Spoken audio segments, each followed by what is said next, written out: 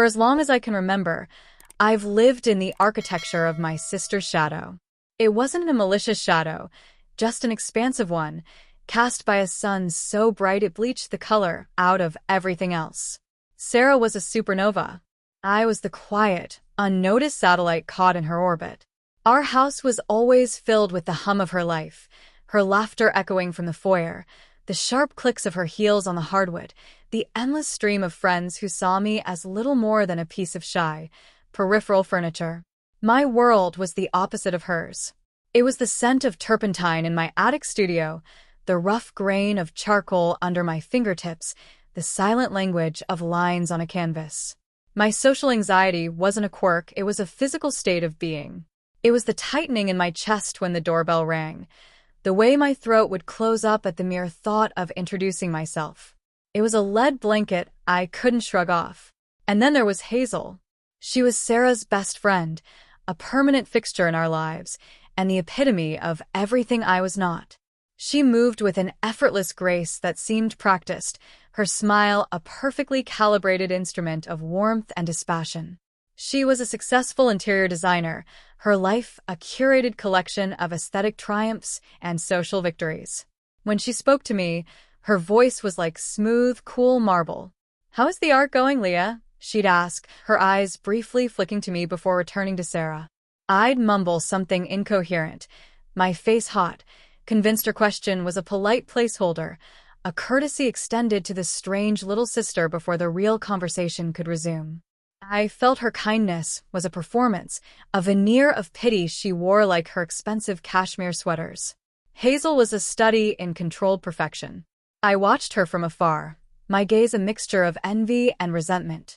She always had the right thing to say at our parents' dinner parties, her anecdotes charming, her opinions insightful, but never controversial. In my mind, she was a porcelain doll, beautiful, unbreakable, and utterly hollow. I imagined her and Sarah, late at night, sharing a laugh over my latest social blunder, my crippling awkwardness serving as a charming little anecdote for their amusement. "Poor Leah," I could almost hear them say, their voices laced with a sympathy that felt more like mockery. Her attempts to engage with me felt like an anthropologist studying a newly discovered tribe. One afternoon, she found me in the library, sketching in my notepad. She peered over my shoulder, the scent of her jasmine perfume making my head spin. "Your use of negative space is really compelling," she'd commented, her tone professional, as if she were critiquing a piece for a gallery. I snapped the sketchbook shut. Her praise felt like a diagnosis, her analysis an intrusion. I wanted her to see me, the person, not just the artistic sister, who was a convenient, contrasting footnote to Sarah's brilliant biography. My silence was my only shield, and my retreat into my attic studio was the only way I knew how to breathe. The night of Sarah's 25th birthday party was the kind of event I dreaded most. Our sprawling colonial home was transformed into a glittering terrarium of the city's young and ambitious. Music pulsed from hidden speakers, and the air was thick with the scent of champagne and competitive success. I felt like a ghost haunting my own home, slipping through crowds, my shoulders hunched, trying to make myself as small as possible. It was one of Sarah's law school friends who found my latest piece. I'd left it leaning against a wall in the sunroom, a large, raw canvas of swirling grays and fractured lines, a self-portrait of my anxiety. He held his champagne flute up to it, squinting dramatically. "Is this Sarah's little sister's work?" he asked the woman next to him, his voice loud enough to curdle the air. "It's so emotional, like a child scribbles after a nightmare." Laughter followed, light and cruel. The sound hit me like a physical blow. The air in my lungs turned to ice. My carefully constructed walls of invisibility crumbled, leaving me exposed and raw. I didn't say a word.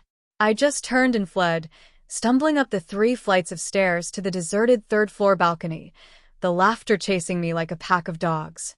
Out there, with the cold night air on my face and the city lights a distant, indifferent glitter, I finally let go. The sobs were violent, ragged things, torn from a place of shame so deep I didn't know how to name it. The French door creaked open behind me. I didn't have to look. I knew the silhouette, the quiet confidence in her stance. It was Hazel. "Sarah was looking for you," she said, her voice soft, but to me, it sounded like an accusation. I wiped my face with the back of my hand, a fresh wave of humiliation washing over me. Of course, the perfect friend, sent to retrieve the broken little sister. Something inside me, a tightly wound spring of years of resentment and perceived slights, finally snapped. "Just leave me alone," I spat, my voice hoarse. "Go back to the party. I'm sure you're missing out on some very important networking." She didn't move. "Leah, I just wanted to see if you were okay." "Okay." I spun around to face her, the word a bitter laugh. "Why would you care? So you and Sarah can have a good story tomorrow about how I had a meltdown? Don't pretend you care. You look at me like I'm a project. A sad little charity case." The words tumbled out, jagged and hot. "You have no idea what it's like. You have your perfect, curated life. You don't get to come up here and pretend to understand." I expected her to argue, to defend herself with that cool, unshakable composure. I braced for the polite dismissal, the final confirmation that I was just being hysterical. Instead, she did the last thing I ever would have anticipated. She walked past me, to the far corner of the balcony, and quietly sat down on the cold, unforgiving stone. She just sat there, in her silk dress and impossibly high heels, sharing the darkness with me. The silence stretched, thick and heavy, broken only by the distant city hum and the ragged tail end of my sobs. She didn't offer a platitude or a tissue. She just sat, her back against the brick, letting my anger dissipate into the night air. When she finally spoke, her voice was different. The polished marble was gone, replaced by something rougher, more resonant. "You're right," she said, looking not at me, but out at the city skyline. "My life isn't perfect." She took a slow breath. "A few years ago, when I was just starting out, I had a mentor, a legend in the design world. He took me under his wing, and then he systematically took me apart. He told me my ideas were derivative, that my portfolio was an embarrassment, that I had no real talent. He did it quietly, in meetings, in critiques, until I started to believe him. He had my work blacklisted from 3 major firms."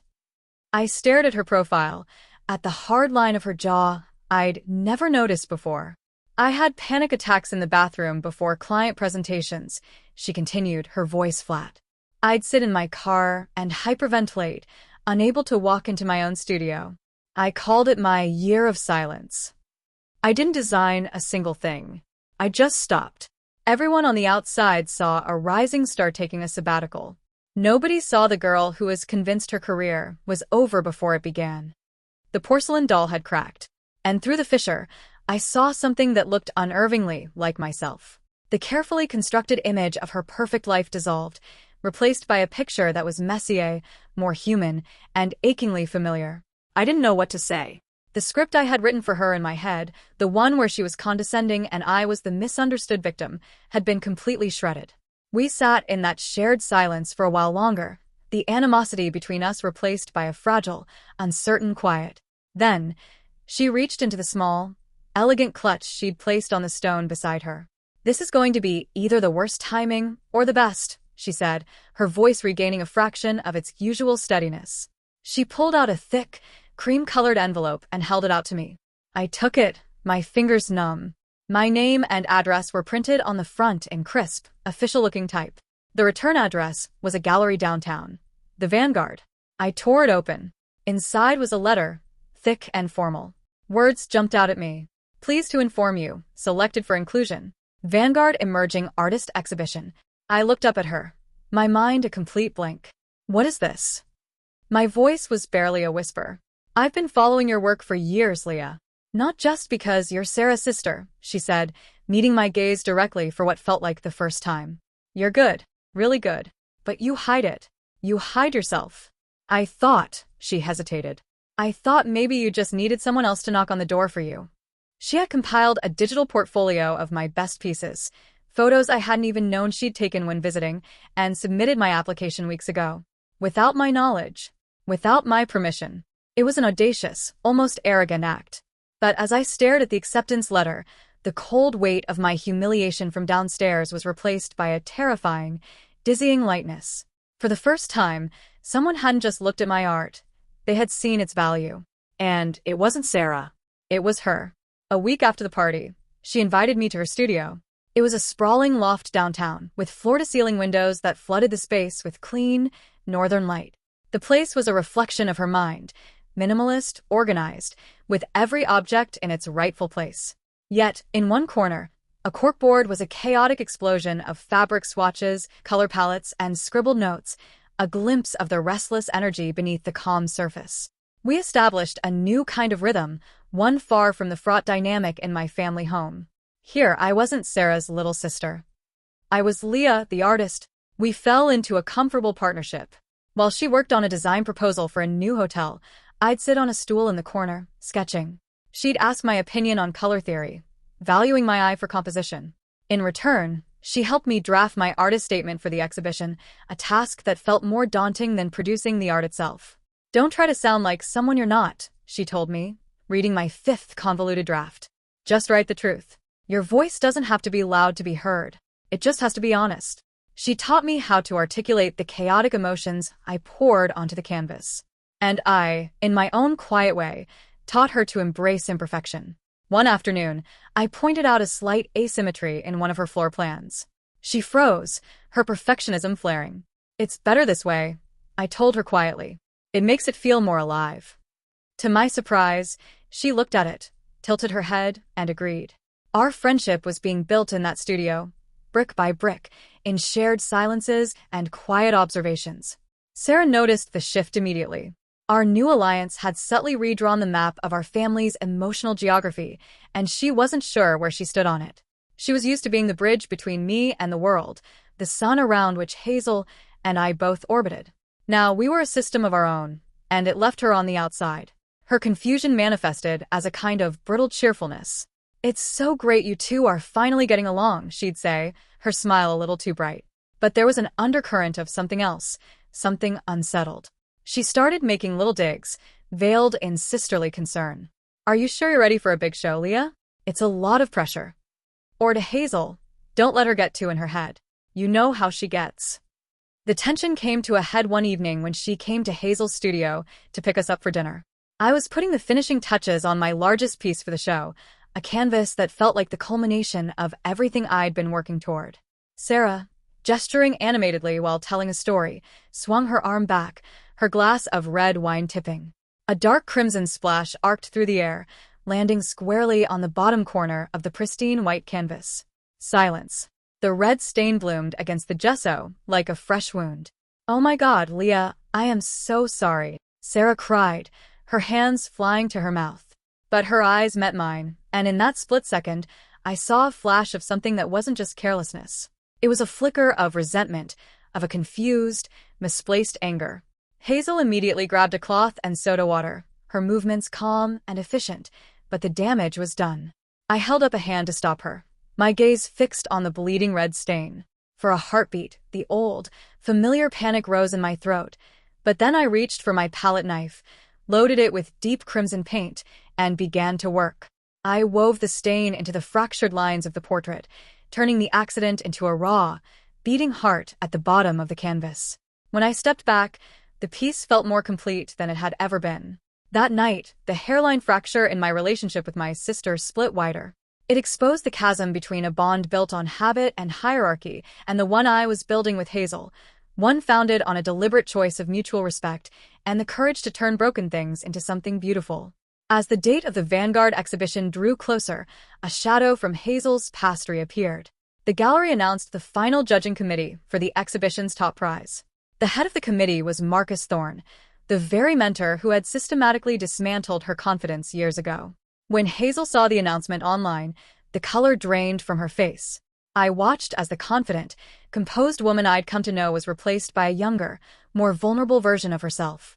She stared at his smiling corporate headshot, her hands clenched so tightly her knuckles went white. The ghost she had tried to outrun had just materialized at the finish line of my biggest race. The conflict was immediate and agonizing. For her to publicly champion my work at the exhibition would mean putting herself directly in his path again. He was a powerful man, vindictive and influential. He could reignite the old rumors, sabotage her new firm, and undo all the work she had done to rebuild her career. She could quietly step back, letting my work speak for itself, and no one would blame her. Or she could stand with me and risk facing the man who had almost broken her. I saw the war playing out of her eyes. The trauma of her past professional abuse was no longer a story she told me on a dark balcony. It was a living, breathing threat, and it was standing right between us. The thought of my success being the cause of her potential ruin was a weight I wasn't sure I could bear. A few days before the opening, I went to the gallery to check on the lighting for my pieces. As I approached the administrative office, I heard voices from inside. Hazel's, calm and measured, and a man's, smooth and condescending. Marcus Thorne. I froze, pressing myself against the cool wall of the hallway. She's a raw talent, certainly, Thorne was saying, but her work lacks discipline. It's a bit unhinged, not quite the Vanguard standard. My stomach twisted. Then I heard Hazel's voice, and the words that followed made the floor drop out from under me. I understand your concerns, Marcus, she said. She's still finding her voice. With the right guidance, perhaps her more challenging pieces could be displayed less prominently. I can manage her expectations. Manage her expectations. The phrase echoed in my head, a venomous whisper. It was a betrayal so sharp, so complete, it stole my breath. It confirmed every single dark thought I'd ever had about her. I was her project. Her reclamation project. She wasn't protecting me. She was curating me, sanding down my rough edges to make me more palatable, more acceptable to the very people who dismissed me. She was negotiating my worth behind my back. I didn't stay to hear the rest. I backed away silently, my heart pounding a sick, heavy rhythm against my ribs. I fled the gallery, the city streets a blur of indifferent faces. I went back to my studio, locked the door, and didn't answer her calls. The fragile trust we had built had just been demolished, and I was back where I started, alone in the shadows. For 2 days, I existed in a fog of hurt and silence. I ignored dozens of texts and calls from Hazel. I told Sarah I was sick. I was ready to pull my pieces from the show, to retreat back into the attic and never come out. The humiliation of being so wrong about someone was worse than any public mockery of my art. The truth came from an unlikely source. An assistant curator from the gallery, a kind, perpetually flustered woman named Clara, called me under the guise of confirming my artist's statement. After a few minutes of professional chatter, her voice dropped. "Listen, Leah," she said, a nervous energy crackling through the phone. "I probably shouldn't be telling you this, but I was in the office when Hazel spoke with Marcus Thorne. I heard the whole thing. I held my breath. He was trying to get your main piece pulled," Clara said, her words rushing out. "He called it disturbing. What you heard, it was Hazel placating him. She was buying time. After you left, she closed the door. She told him that if a single one of your pieces was moved, or if you didn't get a fair judging, she would personally go to the board of directors and to a reporter she knows at the Times, with documented proof of 2 other young designers he blacklisted. She had a whole file. She wasn't managing your expectations. She was threatening to burn his entire career to the ground to protect you." The phone felt heavy in my hand. The weight of my misunderstanding, of my immediate, faithless retreat into my old insecurities, crashed down on me. She hadn't been negotiating my worth. She had been putting her own hard-won reputation, her entire professional life, on the line to act as my shield. And I had rewarded her courage with my silence and suspicion. Guilt was a poor motivator, but it got me to her studio. I found her standing by the window, looking out at the rain-streaked city. She didn't look angry, just exhausted. "I'm sorry," I said, the words feeling small and inadequate. "I heard you talking to him. I misunderstood." She turned, and a flicker of relief crossed her face, so subtle I almost missed it. "I should have told you what he was planning." "No," I said, shaking my head. "I should have trusted you." The night before the opening, my anxiety reached a fever pitch. The thought of the crowds, the critics, the polite cocktail party chatter, it all felt like a tidal wave threatening to drag me under. Hazel found me in my studio, pacing, unable to touch a paintbrush. She didn't tell me to be brave, or to get over it. Instead, she walked over and stood in front of me. "Give me your hands," she said. I did. She took them in hers and pressed my palms flat against her own. "Feel that?" she asked. "That's solid. Now look around the room. Name 5 things you can see." "The easel. The blue paint tube. The window. "The rag. The floor." "4 things you can feel. The brush in my pocket. The floorboards under my feet. My sweater. Your hands." We went through all the senses, a simple grounding technique that pulled me out of the spiraling vortex of my thoughts and back into the physical world. Later that night, she got us access to the gallery. Under the dim track lighting, we made final adjustments, moving a piece an inch to the left, tightening a wire. We worked in a silence that was no longer awkward or heavy, but sacred. It was a shared, quiet ritual, a final polish on the work and on the bond that had made it possible. The gallery was just as I'd feared, a sea of black dresses, sharp suits, and critical eyes. The air hummed with conversation, the clinking of glasses a constant, unnerving percussion. Old instincts kicked in, and I felt the familiar urge to find a dark corner and disappear. But then I saw Hazel and my focus narrowed. She was standing near the gallery entrance, radiating a calm I knew was hard-won. Then I saw him. Marcus Thorne cornered her near a large photograph. He was leaning in, his posture predatory, his voice a low murmur that I couldn't hear but could feel the malice of across the room. I saw Hazel's shoulders tense. I saw the slight, almost imperceptible shake in her hand as she held her wine glass. I saw the porcelain cracking again. And in that moment, something shifted inside me. All my self-conscious fear, my anxiety about being judged, simply evaporated. It was replaced by a white-hot surge of protective clarity. This woman had faced down her demon for me. She had built a wall around me, with her own body. Now, her demon was trying to make her small again, in this place that was supposed to be my triumph. I didn't think. I just walked. I crossed the crowded room, my path a straight, determined line. I didn't push or shove, but the crowd seemed apart from me anyway. I walked right up to them and stood beside Hazel, so our shoulders were touching. I didn't say a word to him. I just looked at him. My silence, once a shield for my fear, was now a weapon. I met his gaze, and for the first time in my life, I didn't flinch. I was no longer the scared girl on the balcony. I was an artist in her gallery, and this was my friend. He held my gaze for a moment, his smug expression faltering, and then, with a curt nod, he turned and walked away. Hazel looked at me, her eyes wide with a silent, profound gratitude. The roles had reversed. She had shown me how to stand, and now I was helping her stay upright. Later in the evening, the gallery director tapped a glass for attention and called me to the small podium at the center of the room. It was time for the artist's remarks. 100 faces turned toward me, their expressions a mixture of curiosity and polite expectation. My hands shook. The lead blanket was descending again. I gripped the sides of the lectern, my knuckles white. Then I found Hazel in the front row. She wasn't smiling a big, encouraging smile. She was just watching me, her expression calm and steady. She gave me a single, almost imperceptible nod. It wasn't a command to be brave. It was a statement of fact. You can do this. I took a breath and leaned into the microphone.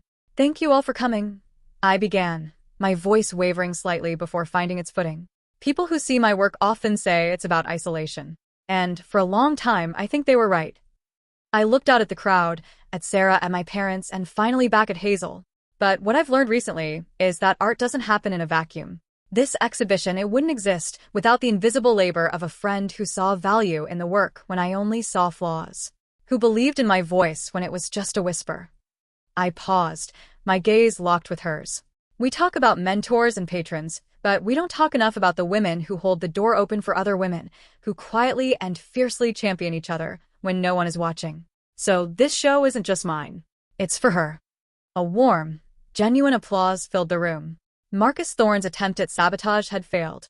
We had created something stronger than his influence, a quiet, unbreakable unit. A year later, Hazel and I sat on a park bench, the autumn sun warm on our faces. The world had changed, and so had we.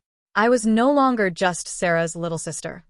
I was Leah, an artist preparing for my first solo show. My work had sold, but more importantly, my voice had emerged. I could walk into a crowded room and breathe. Hazel had changed, too. A few months after the Vanguard exhibition, she left her high-pressure firm. She took a massive risk and started her own design collective, a small, collaborative studio founded on principles of mutual respect and creative integrity. She was working harder than ever, but she looked lighter, the haunted look in her eyes finally gone. We didn't talk much that afternoon. We didn't need to. We watched the leaves fall, a comfortable silence settling between us. Our friendship hadn't magically solved our problems. It hadn't erased my anxiety or her trauma. What it had done was infinitely more valuable. It had given us a safe harbor, a place to return to when the world felt hostile and uncertain. It had given us the tools and the courage to face our own shadows. She had curated a space for my light, and I had, in my own quiet way, helped her see the beauty in her own uncurated, imperfect self. She had been the first person to truly see me, and in doing so, had taught me how to see myself. It was the kind of profound, life-altering connection that happens rarely, a quiet masterpiece co-created in shared silence and unwavering support. It was the simple, powerful truth of being truly known.